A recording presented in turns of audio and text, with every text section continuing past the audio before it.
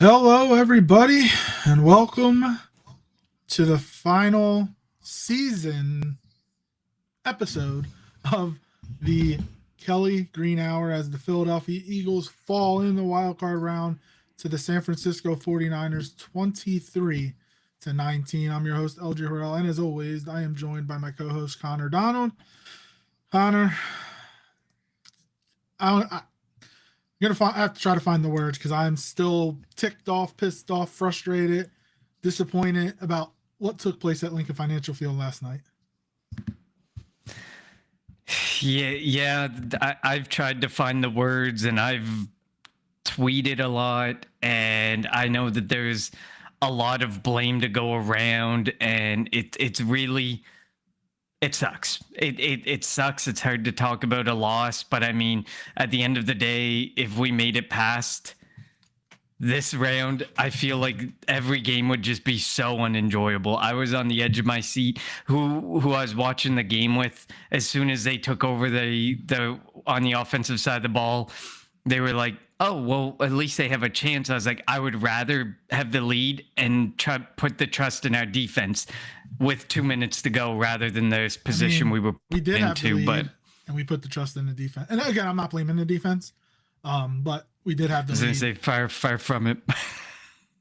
We had the lead, and the defense gave up a score. So, like, I don't know. It was just a lose-lose. It hurt yesterday. But before we jump further into the game, follow us on Twitter at Kelly Green Hour. Follow Connor on Twitter at Connor10. Follow me on Twitter at LGHarrell54. Follow the Eagles Pinpool Network on Twitter, YouTube, Facebook, wherever you get your podcasts at Eagles Pinpool Network. And if you're joining us live, let us know your thoughts in the chat. We already have Adams exploits. What's going on? Go away, KP. I'm pissed off that I haven't gotten the notification that he's been fired, because it's going to happen. If it doesn't happen, then Sirianni should be fired. But yes, I'm waiting for that. They should jump right on the jump right into the coaching search for a new offensive coordinator like yesterday. As soon as the game hit quad zero, I was the one that when I was tweeting yesterday, and it felt like such an injustice. I understand it's a rash reaction, but it felt like an injustice that he didn't lose his job immediately after that game. And I get it. They're probably going to do exit interviews probably, tomorrow or Wednesday or whenever. And I mean, there's no way you give Sirianni the keys ever again to hire any coordinator. You took the keys to the defensive coordinator and Vic Fangio and Kellen Moore, and took the power away from Sirianni. And then I get it. Then people are like, but what's the point of Nick Sirianni then? That's for Sirianni, Howie, and Laurie to figure out. He's going to have some sort of role if they still envision him as the coach, but he no longer gets to hire or control his staff. No way. No, I mean, we're at that point, which you're right. Like, it comes down to what does he do anyway? But look, I'm fine with him being the CEO, head coach. Mike, and again, I'm not comparing him to these guys, but Mike Tomlin's the CEO, head coach. John Harbaugh is pretty much a CEO, head coach when he was with Baltimore. Dan Campbell started calling plays this year, but like he got to a point when he had Ben Johnson where he kind of was like the CEO, head coach. So it can work. You need the right pieces around you, and they have that at defensive coordinator, and they need to find the Vic Fangio of offensive coordinators, which is tough because the league usually trends towards offensive coordinators becoming head coaches, and you have to find that Frank Reich, Doug Peterson type. Maybe Todd Monken is that guy. I know he's interviewed for a couple. He's interviewed for a couple of head coaching jobs, but I don't know. Maybe he could be that type. And again, I'm not saying that's the guy that the Eagles would go after. But like if you try to get a Mike McDaniel or a Cliff Kingsbury, or somebody like that, they're going to want to try to become head coaches. Obviously, Cliff Kingsbury's been one. Mike McDaniel's been one. Brian Daboll. I don't know. Brian Daboll's an interesting one. I don't know if he would ever get another chance to be a head coach. So like maybe the Eagles could potentially look at him. Sirianni and Daboll worked together at Kansas City. I think it was Kansas City when Sirianni was the a receivers coach. Dable also worked with Jalen Hurts at Alabama for a year, so like he would have some familiar. And he coached Saquon with the Giants, so like he would have some familiarity. I never say that word right with some of the guys with the Eagles. So that would be an interesting name. But like the Eagles, definitely, if you're going to make a move, it needs to be like soon, because there are like there's teams out there that are going to be hiring head coaches, and some of these guys that are looked at as potential offensive coordinators could be going to those places. So you want to try to get the jump, and you can get the jump now that you're out of the playoffs.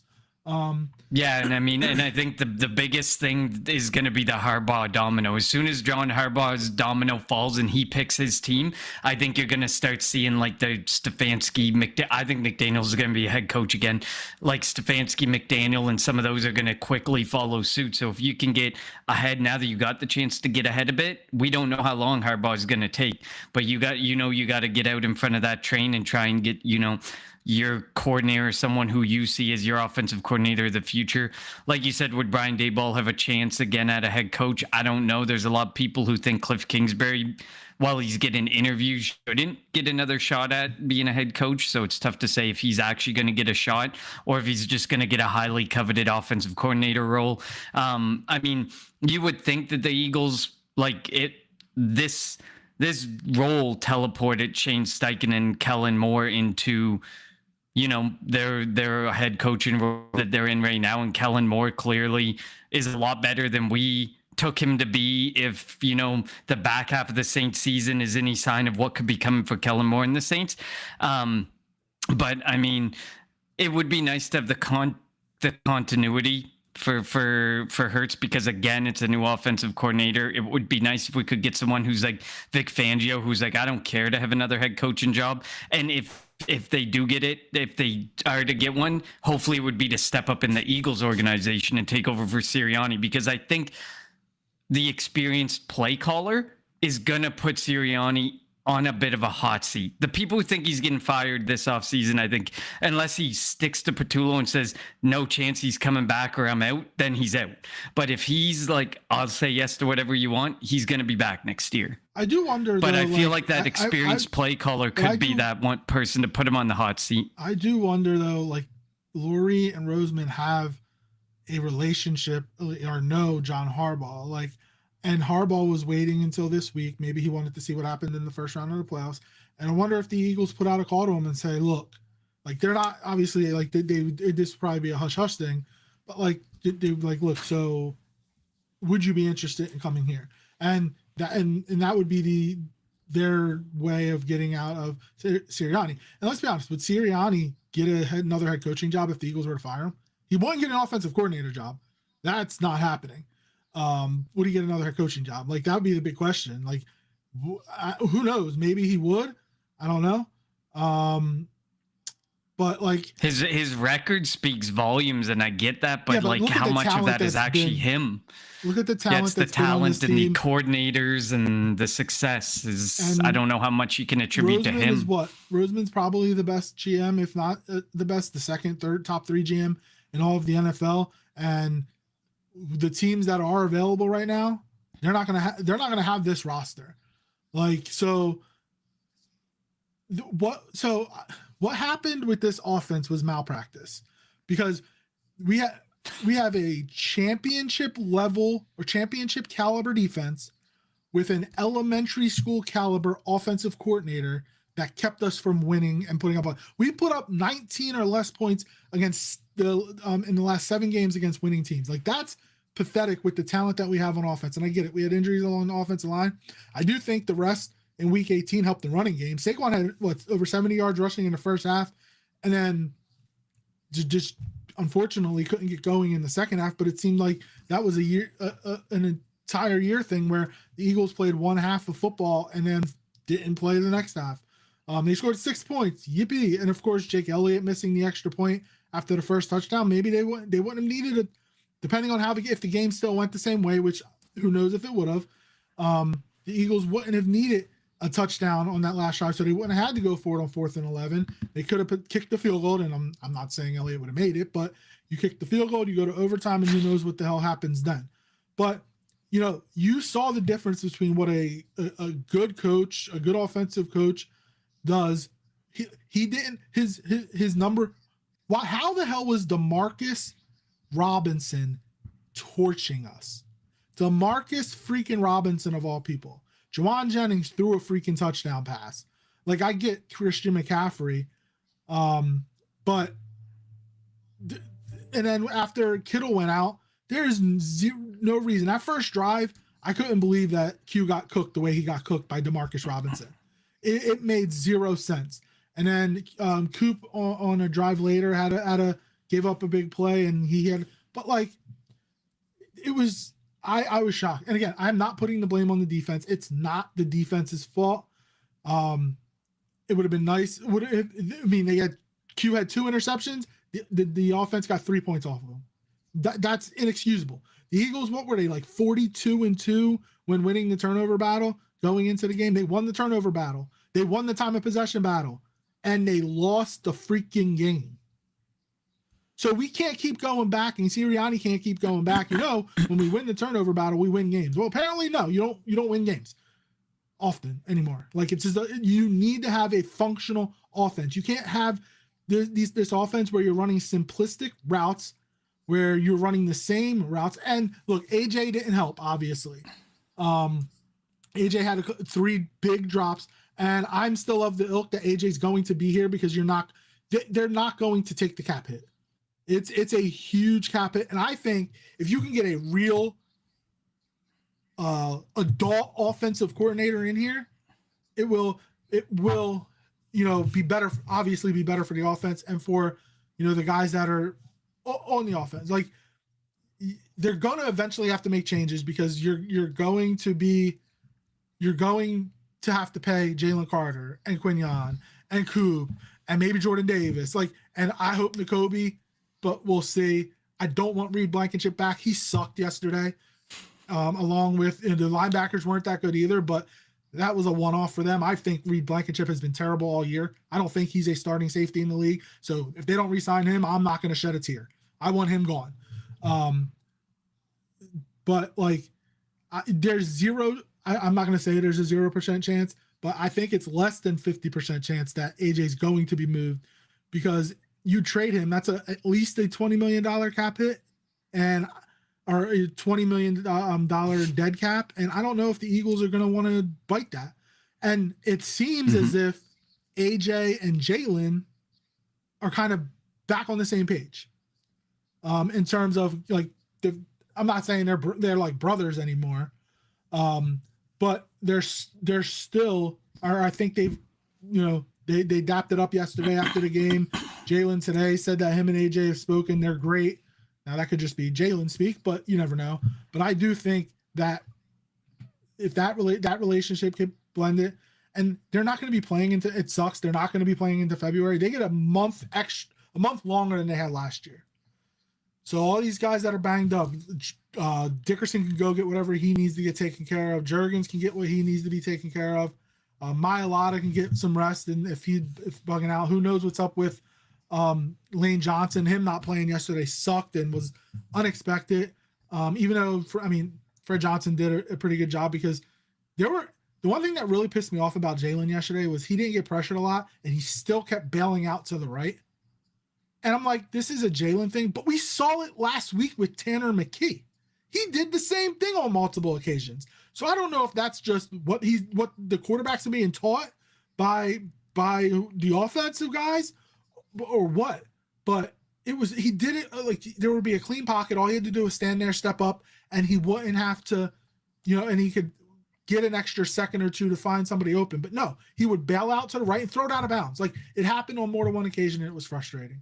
I apologize, Connor. I know I talked long with it, but I just need to get some stuff off my chest. Go ahead. Yeah, I gotta figure out where I want to go. So I'll start with AJ Brown because obviously he's gonna be the hot topic. Any move made before June 1st is a negative $20 million on next year's cap. So there's no way he gets moved for the draft capital this year. There's no way he gets moved before June 1st. You can't just post June 1st trades. Those actually have to happen after June 1st. After June 1st, there's $7 million in savings to be seen or felt by the team, but it's a boatload of dead cap this year and obviously in 2027 when you split it up. So I agree with you.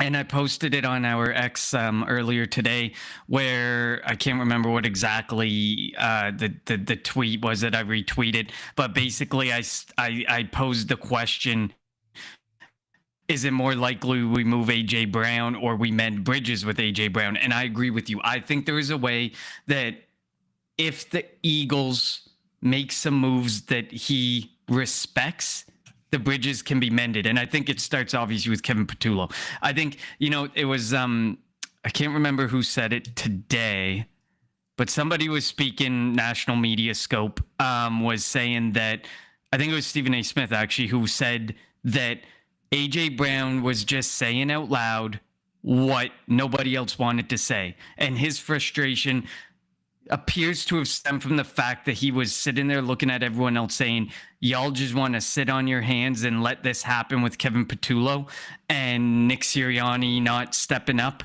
And it went on and it went on and it went on. So I think less power for Sirianni and Patullo out of the picture, and a more experienced play caller who can take advantage of his extremely valuable offensive assets is what's going to make AJ Brown say, okay, I'll come back.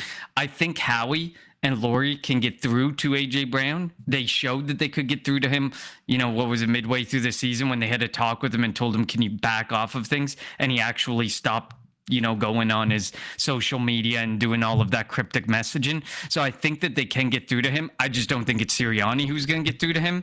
And I think it'll be more of Howie being like, give us one more year. I can't financially move off of you this year. And next year, we'll do right by you if you do right by us. Give us this year.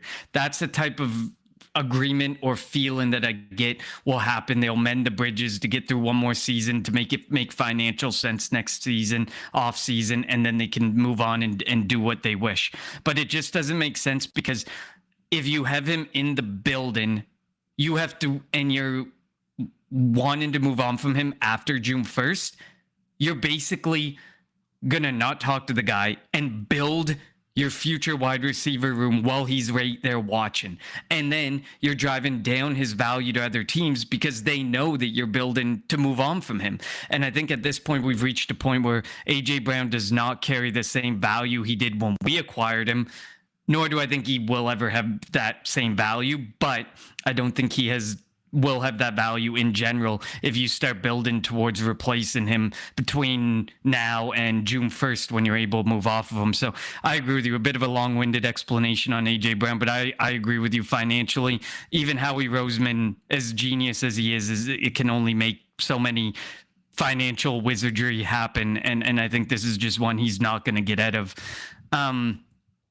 I knew you'd bring up Reed Blankenship. I was waiting for it. I thought he'd be one of the first things you brought up, to be honest, because you've been at him all year. I see him as a starting caliber safety. I just think he needs someone better beside him. He's not your S1. He would be like your S2 that can go, play beside a established, very good safety.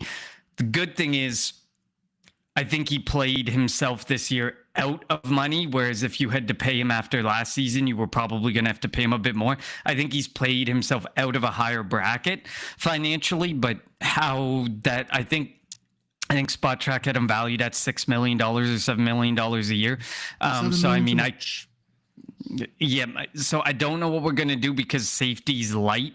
If you move on from him, you'd probably have to draft one or sign one or figure out where you want to go with the safety position. And I also know Reed Blankenship is loved by fans and loved by Howie Roseman and personnel within the Philadelphia Eagles organization. So I don't know if they're probably going to see this as, man, let's call it 6.5 million a year for a starting caliber safety. We're signing him. Like, that's just what I'm feeling. I don't want him back. I don't think. I mean, if the price is right, it's fine if you bring him back, but I don't want him back. I don't want him to be the reason you don't address safety further. Makuba broke his fibula. We don't know when he's going to be back. He says So he'll be we'll back see by where things spring- go by there. spring he gets the boot off in like 3 weeks. He says he'll be good to go by Makes sense. spring practices. If I'm Howie, the one guy I want to try to get, if I'm moving up in the draft trying to get Caleb Downs. I love Caleb Downs when he was at Alabama. If there's one guy in this draft that I can get, and I know you don't trade up for safeties, I'm trading up for Caleb Downs. We've seen it can work. Like, look at Kyle Hamilton. We've seen they didn't trade up for Kyle Hamilton, but you can see that safeties are important and they can be so interchangeable and such versatile assets to your defense. But again, this is going to be a Vic Fangio thing. Vic, that Howie Roseman's going to lean on Vic to say, what do you want? What do you need from me for this defense? I say it like, what do you need from me to get this defense to the next level, which it's already there. The big question is, what do you do with Nakobe Dean? What do you do with Jalen Phillips? And what do you do with Reed Blankenship? I think that's the biggest question. If I'm like, I want Dean back, I would bring Phillips back. Their priorities way above Reed Blankenship. I would start with them two and then kind of figure it out from there. So Adam brings up a good point. One of Sirianni's principles is discipline. Did you guys see that on the Eagles? It felt like every time they had a penalty. Now, the fact that the Niners only got called for one penalty was a bunch of BS, because I saw a bunch more, Jalen Carter being held. There were some holding on Jahan Dotson on a throw that he probably shouldn't have, or that Jalen probably shouldn't have made. AJ kind of got held on a route. How they only got called for one penalty is beyond me. But Jalen ran for 12 yards. He got a first down. There was a holding penalty. There was a screen out. I think it was to Saquon, or Bigsby, one of them, and they called a holding on Cooper. It felt like every time the Eagles finally started to get a little bit of momentum, or started picking up some yards, they would commit a penalty. The holding penalty was by Juergens on Jalen's play. It seemed like they always did something stupid or killed themselves every time they made a play and were looking to go down the field, and it was like that the entire year. You can't keep preaching tough detail together if you're not going to be tough detailed and together, or at least one of those three pillars that you go. And they were not disciplined all year. Or detailed all year, I should say. No, I totally agree with you on that point. Like, that Sirianni preaches it like it's something he lives and dies by, and he may live and die by it in practice, but when it comes to game time, the players just completely forget about what he says, or just don't respect him enough to play that game that he wants them to play. But it was so frustrating to watch the penalties, and I agree with you. I'm still waiting for the compilation. I don't have the time of day to do it, but I'm waiting for the compilation of how many of those plays that Jalen Carter was held on that could have been called. The refs are ruining what could be Aaron Donald-like production in seasons, because they're not calling Jalen Carter fairly. They're not reffing Jalen Carter fairly. I get it. I'm one of the biggest preachers of, you can call a hold on every single play, but you just have to get it once or twice for those offensive linemen to respect, they're watching us. They're watching what we do with Jalen Carter. And I think that would just change the whole landscape of how other offensive lines attack Jalen Carter, and just going forward, having more respect for Jalen Carter, and hopefully getting the production. He definitely could have probably easily more than doubled his sack output, or his output in general this year, if the refereeing was called more fairly with regards to him. But I mean, I'm sure I froze for a bit, so I'm sure you mentioned the Nolan Smith one. That hold on Nolan Smith on the Brock Purdy play, where everyone's praising Brock Purdy for stepping up in the pocket. I could have stepped up in that pocket. The guy was being pushed.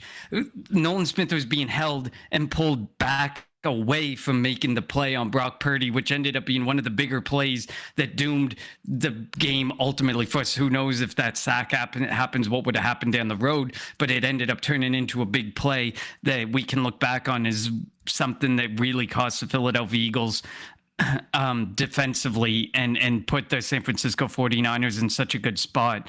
But yeah, the reffing was, and I don't like to complain about reffing because at the end of the day, we can look at way more things on the offensive side of the ball that we should have probably scored 28 to 35 points, but we ultimately didn't. There was some major drops. There was just like we were the laughing stock of the national media for running 4 verticals on that final pass play. And listen, you just can't make this stuff up. If you had told me we'd be suffering through some of the play calling that we did and some of just the predictable, simplistic, same thing over and over and over, I will. During the game, I said on Twitter, I would have had him gone at the bye week. And if you wanted to say, let's give him after the bye, let's see what that extra week, what Petulo will do. That game against Green Bay was more than enough in week 10 to move on from Petulo and still have time to put together a formidable offense to finish the season. But because it dragged on, and I think it was finally like week 15 where the defense continued and became incredibly hard to listen to, but Petulo continued to be defended over and over and over by Sirianni. The move had to be made week 10 at the latest, and it should have happened. It was inexcusable to come out of the bye week, and what was the excuse? Sirianni was just probably sitting there like, well, we gave him a week, but, you know, the guys they're just off the bye, you know, and it's like the excuses that were used to just give Petulo opportunity after opportunity after opportunity just blows my mind beyond belief. It was the most frustrating thing to watch. And the fact that we continued to watch it, like, I know like the national media, some of them and even Philly media are kind of talking about it like it's a surprise in a way, but it's really not a surprise that this happened. This has been long going on. If you watch the Eagles enough. Still no notification that Petulo has been fired, so still pissed off. We've come on the air 3 or 4 times this year and had breaking news happen during the show, so I'm really hoping that we're a good luck charm for that. But I think they're going to go through exit interviews tomorrow and Wednesday and then make the decision today, because I think it was Nakobe. Somebody said that he met with Roseman. So we'll see. But this game was just really frustrating because I think, Dan Orlovsky was saying on that final drive that the Eagles had, and I think it was they had 10 plays. 4 of them were the same one, that same 4 verts. Like, it's embarrassing. And them calling the timeout on 4th down was stupid. Like, I get why they did it, but I hated it. I would have much rather taken a delay of game if they kind of wanted to get a screenshot of what the Niners defense was doing before calling that dumbass play that they ended up calling anyway. And kept the three timeouts so that they could hopefully have the defense stop the Niners on 3 running plays, have them force a punt. And I know it'd be less than 30 seconds, but it would give you a very, very slim chance of coming back, of maybe going down the field. But like, that's what I would have done. As soon as you called that timeout, if you don't convert the 4th down, it's over. The game's over. So that's what I was hoping or wish they would have done. But, I'm not a head coach, and Sirianni makes the money that he does for whatever reason that is, to be a CEO.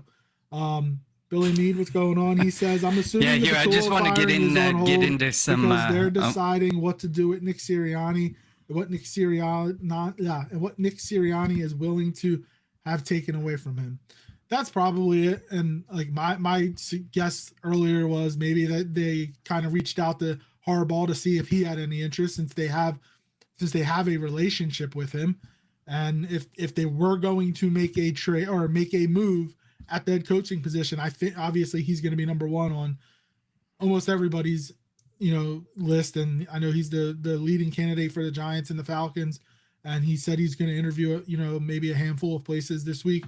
But maybe who knows? It could be anything. But I don't know if I doubt they just signed him to a new contract.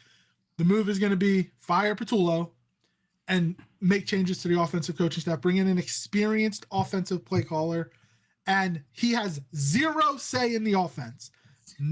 This offense should not look like it's looked the last 5 years. it should look completely different. Now, the big question comes, will an offensive coordinator want to work with Jalen Hurts? Like, is Jalen Hurts the reason why the offense looks the way it looks? And again, I don't know. I'm not saying it is, but that's going to be a big question for any potential offensive coordinators that will be interviewed, like they should have done last year.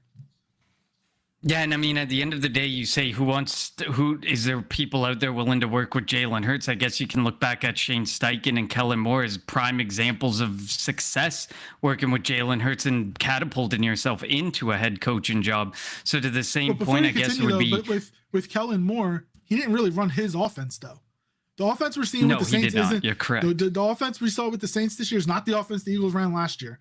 So he still ran Sirianni's offense. I'm talking about whoever comes in, we're not going to have nothing to do with Sirianni's offense. This is going to be a complete, whoever it is, Mike McDaniel, Cliff Kingsbury, Brian Dable, like whoever it is, it's going to be their offense. And Sirianni has zero say in it.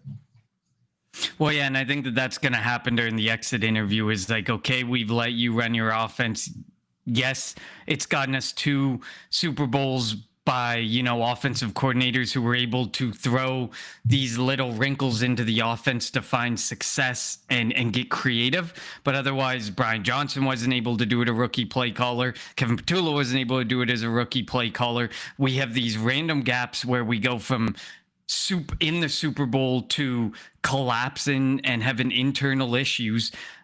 It just doesn't make sense to continue to do things the Sirianni way. And I think that these exit interviews are going to be very interesting to see, because obviously I don't think, the exit interview with Nick Sirianni happened today. I think that's one of the ones that usually it takes like almost a full day debrief between Roseman and Laurie and really going in depth on everything. It's not like the players, you meet with the players, you sit down for half an hour, probably to an hour, and you move on. No, the head coach one is definitely more of a significant, like full day type venture, half a day type venture.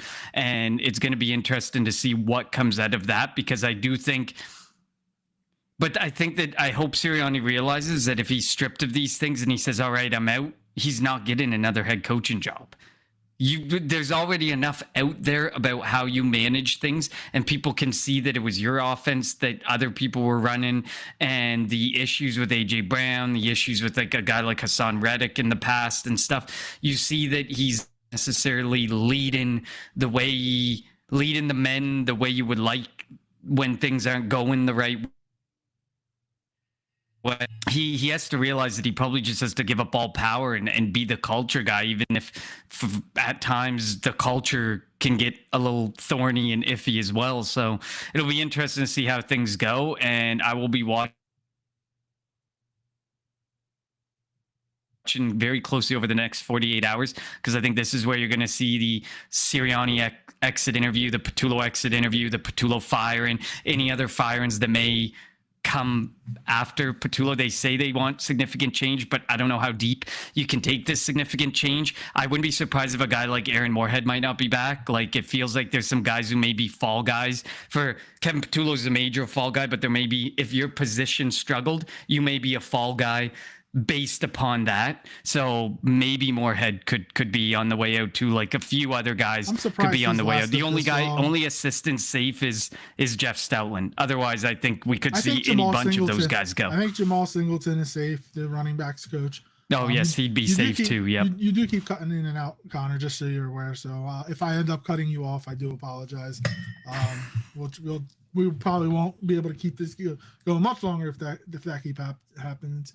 Star Wars says, yes, an offensive play calling head coach. We're not worrying about finding replacement every year. Jalen deserves stability. Yes, he does deserve stability. Now here's an interesting thing. What if, say Stefanski's going to get a head coaching job, but let's say, for instance, as hypothetically, he doesn't, and the Eagles were to hire him as the offensive coordinator. Like, he has head coaching experience, obviously, 2-time coach of the year, been to the playoffs, with a terrible organization that didn't have much talent on offense. Like, what if they were able to convince, and this would obviously be a Laurie and Roseman thing, but like convince Stefanski to come be the offensive coordinator with, like, if things go off the rails, we're going to fire Sirianni and you're going to be the guy. Like, And then if that happens and he's still and he's able to get the offense going, like he kind of just he becomes the quote unquote interim head coach, but will probably get the permanent position after the season as long as the offense shows progression, with whatever offense he's running. Yeah, I mean, I guess there's risk to someone doing that to be the one that puts Sirianni on the hot seat. Like if you do end up finding success going in as one of the highest paid offensive coordinators and expecting to become the interim or take over for Sirianni, I don't know if that would happen. I think if you find the success, you kind of saved Sirianni's ass so that he sticks around even longer. I mean, I don't think I've ever seen such a great group of coaches available. So if there was a time to consider moving on from Nick Sirianni and say he pushes back at all and you want to move on from him, this is an offseason that feels really ripe with talent to take advantage of and make that move. It's just, are you going to make the move? Are you going to really create this massive turn and churn because then someone's bringing in their own coaching staff, their own assistants. Like it could be a massive change, but it could be the stability, what leads to the stability you need for Jalen Hurts and what you need for this football team after. I mean, we won the Super Bowl, but let's not deny that the last 3 years, maybe not last year, but the 3 years, like the Brian Johnson year and the Patullo year, those have been rocky years. Those have been troublesome years. So I don't know. It's tough to say. It's going to be so interesting to see what happens this week with the exit interview and if he's willing to give up control or if he's not willing to give up control and if Sirianni still has a job.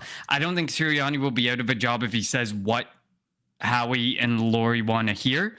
He'll be out of it because of his own stupidity and stubbornness and loyalty to people that are getting fired, essentially. I do think he's going to be Doug Peterson-esque. He's going to be different than Peterson in that. Like, Peterson hitched his wagon to Press Taylor, and like, I don't know why he did, and he did the same thing in freaking Jacksonville, and that didn't work out for him in two places. So I do think that Sirianni is. He might try to come to a compromise. Look, I'll demote him. He can go be the pass game coordinator or whatever, which obviously he was before, and that didn't work out. But like they can move him somewhere else, just like when Howie got moved to the broom closet.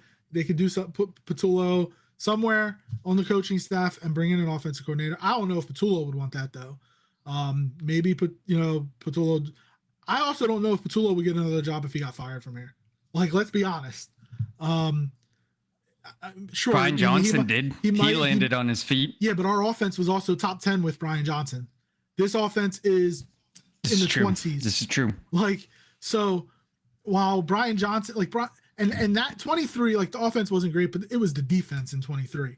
Like with Desai and Patricia, our offense was still top 10 under Brian Johnson, even though it wasn't as consistent. But like this is the worst offensive coordinator I think I've ever seen in the last 25 years of watching Eagles football. 25, 30 years of watching Eagles football. Like that's I would argue he's one of the worst I've seen in the NFL. I've seen some bad ones, but he's a rookie play caller, so he has looked a little better than some of the worst in the NFL who had experience. But it's still no.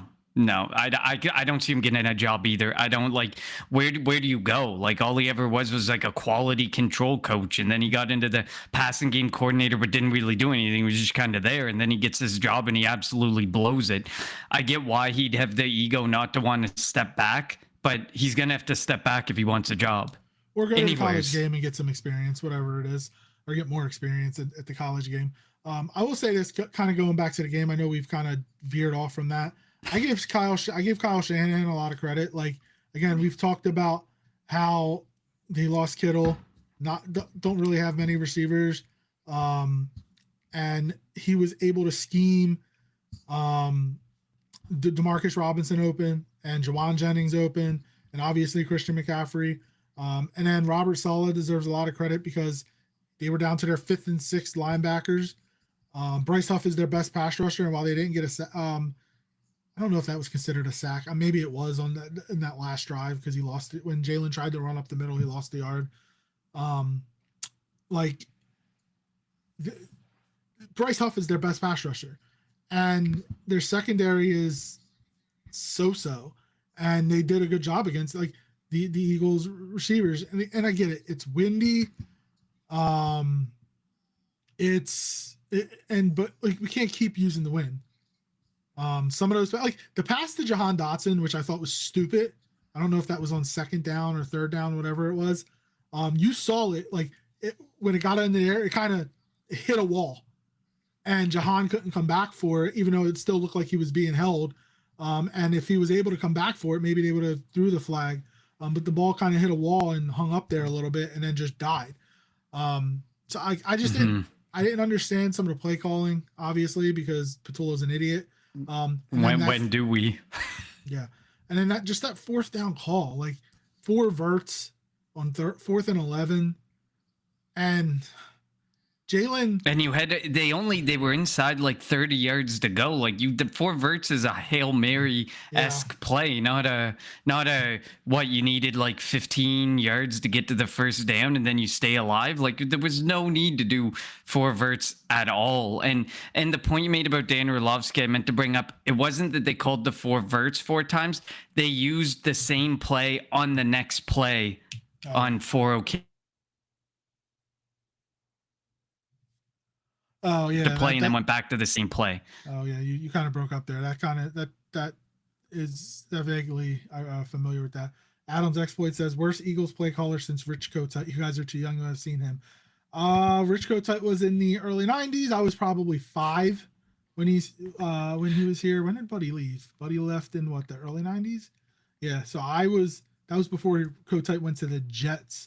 But yeah, I think I was like 5. I was born in 87, so because the Eagles, that was when like the Eagles defense was still really good, and then the offense just couldn't do crap, especially after Randall got hurt. I was born in 93, so I probably would have been not even a year old. So, oh man, I had my Jerome Brown jersey, by the way. I wore that earlier this year. Like I love those. I want to get a Rand, like not to go off subject, but like the Randall Cunningham, Reggie White. Eric Allen, Eagles, Jerome Brown, Seth Joyner. Yeah, they were like you watch that, the only defense, one of the only defenses to be number 1 across the board, and I don't even know if they made the playoffs. And if they did make the playoffs, they didn't win a playoff game, which is crazy. That being number 1 in every defensive category and not be able to get to a Super Bowl. I just wanted to take a minute to go back to some of these comments. So Hertz Goat says, when are you guys breaking down the draft? We're gonna take 3 to 4 weeks. Yeah, we're gonna take 3 to 4 weeks off. I'm gonna line up some guests. We're probably gonna do weekly shows after this. Starting to look at needs, draft needs, free agent needs, stay or go free agents, blah blah blah. That's kind of how we do our off season. We take a couple weeks, settle down after doing 2 episodes a week for the duration that we have done it for. So for the last 17 weeks, and trust me, this has been a trying season to do it. Let's just say that. So, well, man, let's see. What else did we have up here for comments? Hertz Goat says, and I know this is looking to the draft, I would draft 2 tight ends, run an offense like the Ravens in the past, since it's evident our QB1 is limited and we're stuck with this roster. I'm trying to sign Isaiah Likely as a tight end. They signed Mark Andrews. Likely might be available. I would try to sign Likely, but that's a different story. Yeah, you're gonna have to address tight end. I don't think Goddard will be back. I think this is gonna be, and Cal Kater's a free agent and he can gladly go. Yes, and so is Granson. I think the only tight end we have on roster through this year is Cam Latu, I think. So, because we didn't even bring EJ Jenkins on a reserves contract back. So at this point, we have 1 tight end heading into next year. So there's going to be a lot of looking at addressing that. We're underestimating how the O-line injuries dictated the playbook. The scheme depends heavily on blocking, and without it, Saquon has no lanes, and the coaching have to dial back the QB runs. I was shocked that they didn't run the ball more with Jalen, or that Jalen didn't run more. Like that was going to be, I didn't expect the offense to change. I expected Jalen to be more involved in the running game. And I think Jalen being more involved in the running game, you is what you should have done with, and mainly because of the O-line injuries. And if you get Jalen in the run, because I kept watching, because every time they were under center, they handed the ball off. And he would kind of roll out. And I kept looking at the backside, and it seemed like they just weren't respecting that he would keep it. If Jalen would have just kept it once, could have got 10 yards, 15 yards, then the backside DN, backside linebacker, whoever it is, would have to hold for for a second. And then that would have opened up things again for Saquon. Again, Saquon didn't have a bad game. He had over 70 yards rushing in the first half, finished with over 100 yards rushing, but he only had like 35 in the second half. So like Jalen not running really hurt this offense the entire season. And I don't know if that was the coaching staff saying, look, we can't afford to get you hurt, so we're not going to run you. I don't know if that was Jalen saying, look, I'm not running because I don't want to get hurt. Whatever it was, that should have changed on yesterday in the playoff game, and it did not. The one run he had, we had a holding penalty on Juergens that got called back. Like, his legs are what make him the quarterback that he is. And he went from being a $50 million quarterback to be like, it hurts me to say this, but if he's not going to run, he's a mediocre quarterback. No ifs, ands, or buts about it. If he's not going to run, it does away with what makes him so good. And I don't know if he can be a pure pocket passer quarterback. And every time like he feels that there could be no rush, but if he feels it, he's going to roll out right and throw it out of bounds. And that was frustrating. And that happened way too many times yesterday against the Niners. Yeah, I agree with you. I don't know if we're ever going to truly know why Jalen Hurts doesn't want to run. I don't know if it's him, like you said, or if it was just the way the offense was being called, just the Kevin Patullo offense, something that doesn't make sense, continues to not make sense and pass us by. But I agree. Like, I think there was a stat out there. The design runs between last year and this year for Jalen Hurts was like cut in half. It went from 96 to like 42 or 41, something. Yeah. It was 41. Yeah, it was absolutely crazy. And then even in this game, he had 5 carries for 14 yards. His longest run was 4 yards. And then, of course, he got that penalty that was a bit touch and go. But I mean, if it's the only penalty we got through 4 in our favor for the whole game, we're going to take it. So it was a weak call by the refs on that one, but they missed a handful of others that would have made far more sense to call.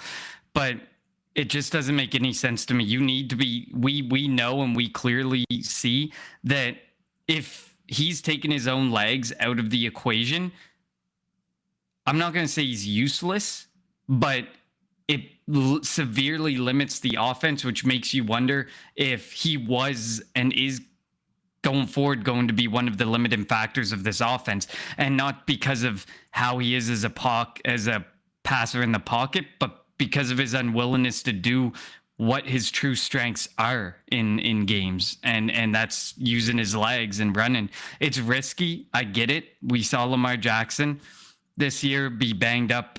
We've seen, the Robert Griffin instance where it's like a major injury ends your career. There's a lot of risk to it, but that's your greatest asset and that's your greatest value. And it's what offensive coordinators need to be able to use and need to be able to work with to get the most effective offense out of this team.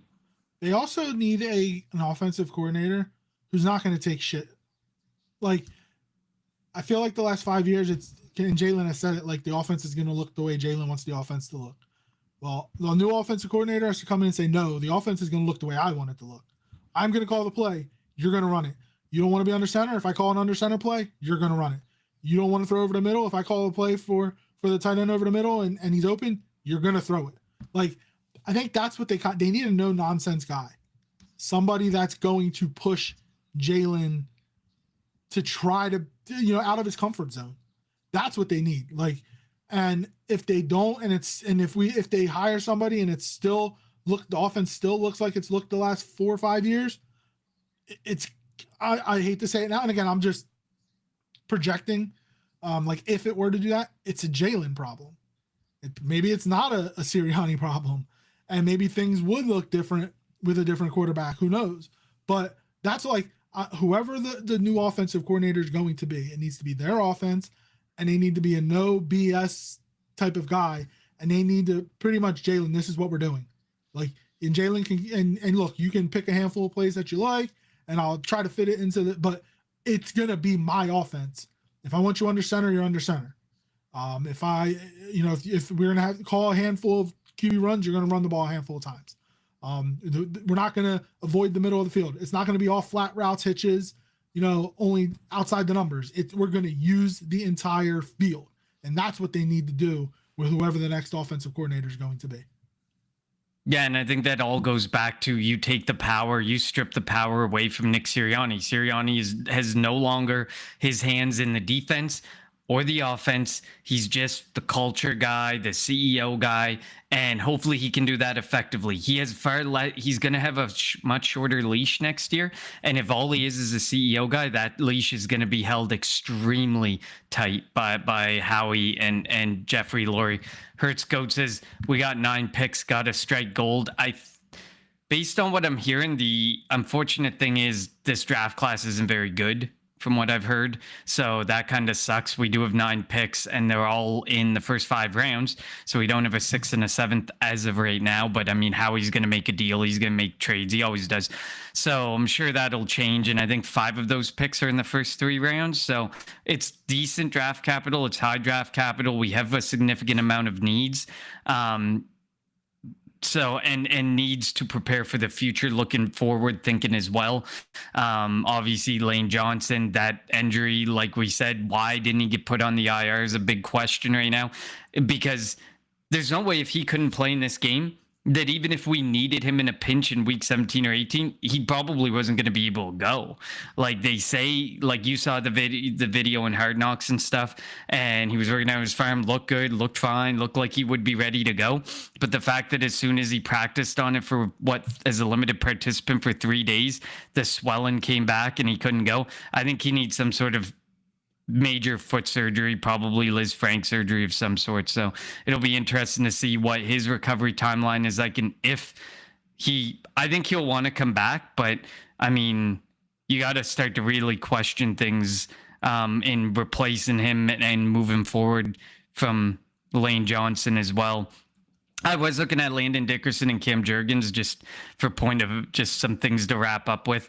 You can't move off of either of them until after next season. So you chalk this up to a bad year, injury-riddled year for these two, and hope that they return to form. I mean, Cam Jurgens is a Pro Bowler, so hopefully they return to Jurgens, even better form. I would move him to right guard and let Willie Lampkin and Drew Kendall battle it out for starting center.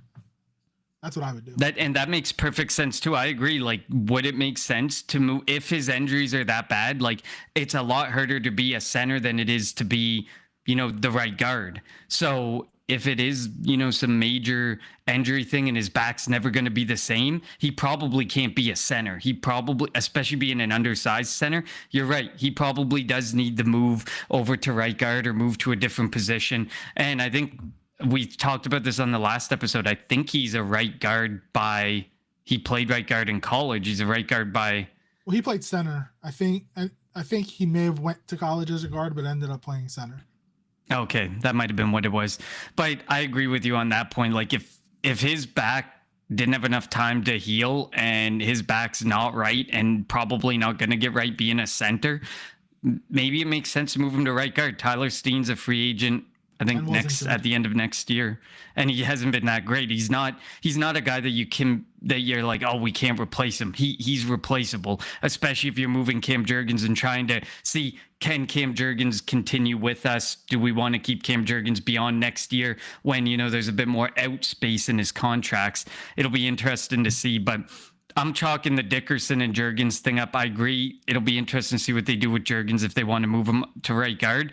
But I'm chalking the Dickerson and Jurgens season up to not being 100% at any point in this season. And I said that about Dickerson long ago. And there was even some episodes where you said you thought he was back.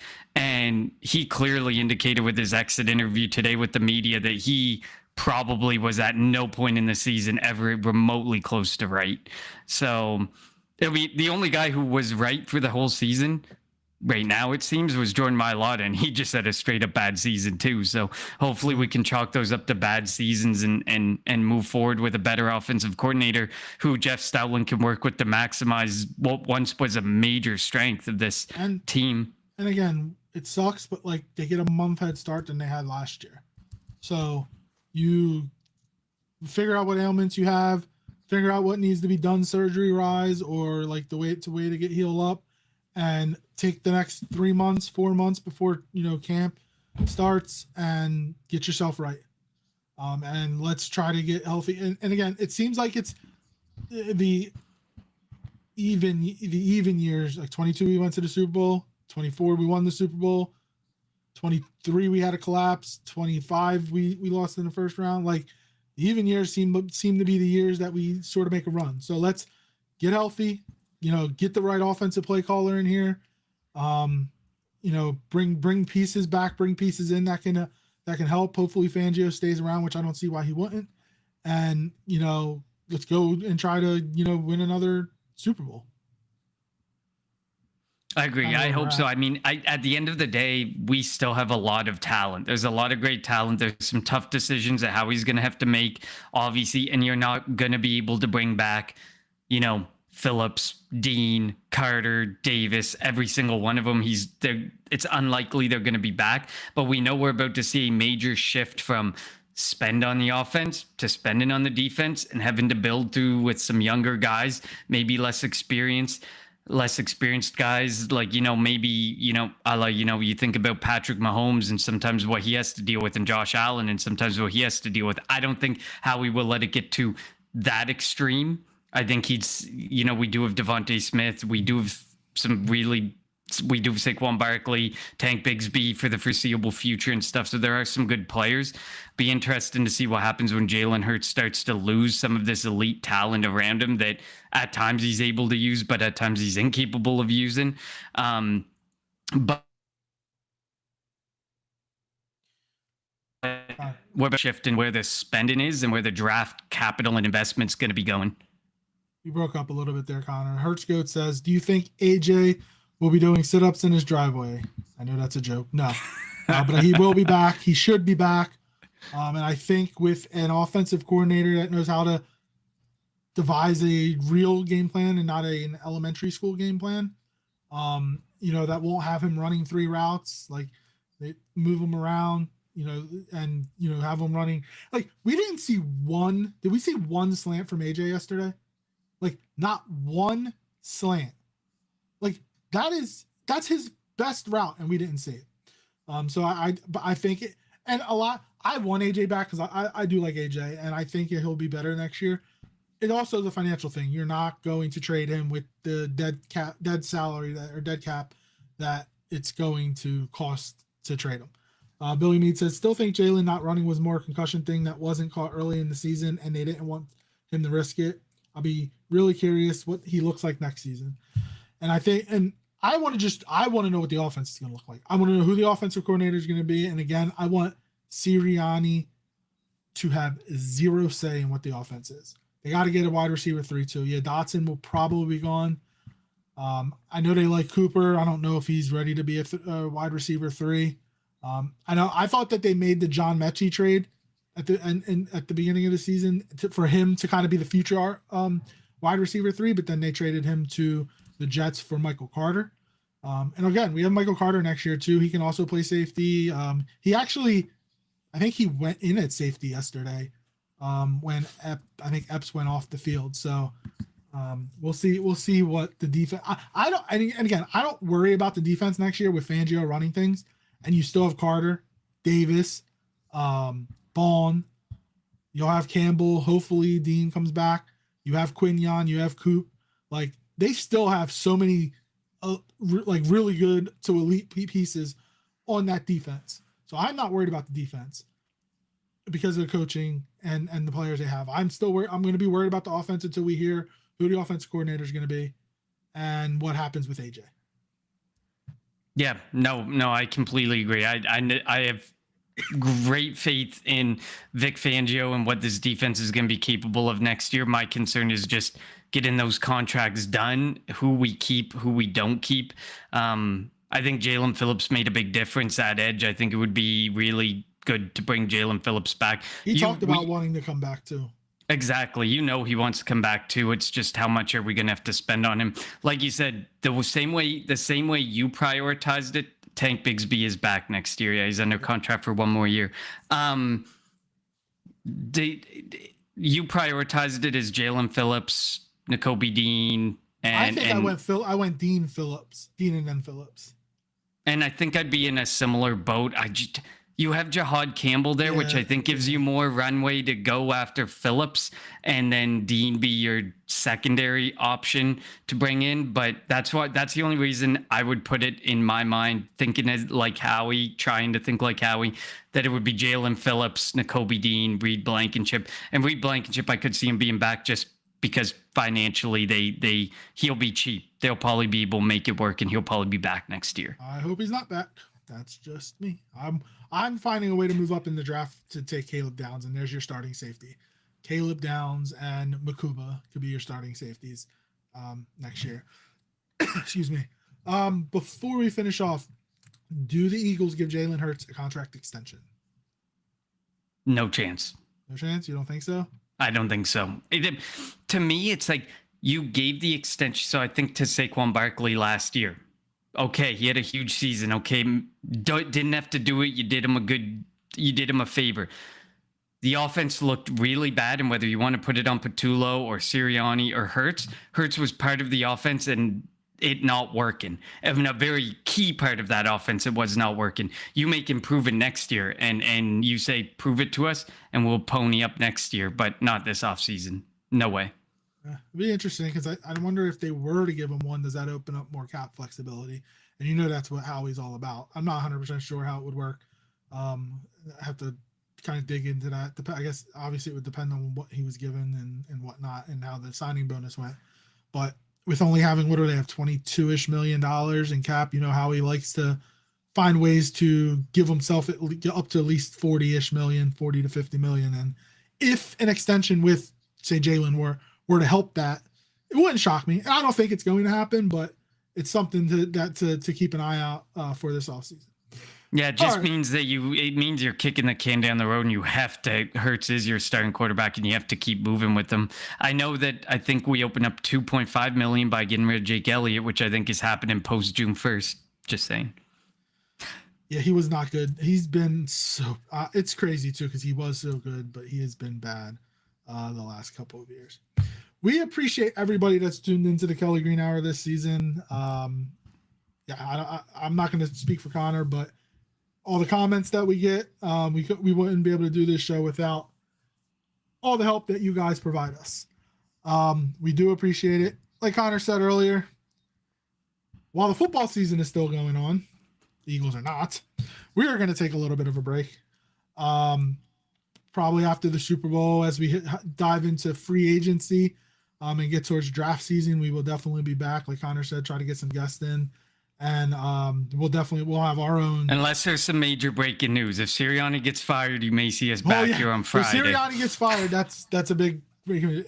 AJ Brown gets traded. I don't know if that's big enough because everybody kind of anticipates it, even though I don't. Jalen Hurts, a move happens with Jalen, definitely. Like, if there's some big moves made, we definitely will be back. Before it, O'Connor, both of our Super Bowl teams are not in the playoffs anymore. I think we both had Ravens Eagles. Who is your new Super Bowl matchup? I think the Bills for coming out of the AFC. From the NFC side of it, man, that's going to be tough. I think it's going to be the Rams, though. I'm going to go Bills-Rams. I'm going to go Rams-Patriots, I think. Patriots are back. Yeah, I'm not too thrilled, but it is what it is. There are new Super Bowl predictions because we both had the Ravens and Eagles, and obviously that did not work out well. Thank you, everybody, again, for tuning into each and every week as we gave our best to just go over all this mess with the Eagles, and hopefully Kevin Patullo is fired by the time we sign off the show in the next 60 seconds. As always, follow us on Twitter at Kelly Green Hour. Follow Connor on Twitter at Connor10. Follow me on Twitter at LJHerrell54, and follow the Eagles Pinpool Network on Twitter, YouTube, Facebook, and wherever you get your podcast. As Adam Exploit says, be like Dave and Rube, emergency pod. Hey, if news comes out, even if it's a 20-minute show, we'll come out and give our thoughts on it, especially if something happens with the coaching decisions. And again, hopefully Patullo is fired in the next 30 seconds. As always, we appreciate it. For Connor, I'm LJ. Thank you all for tuning into the Kelly Green Hour.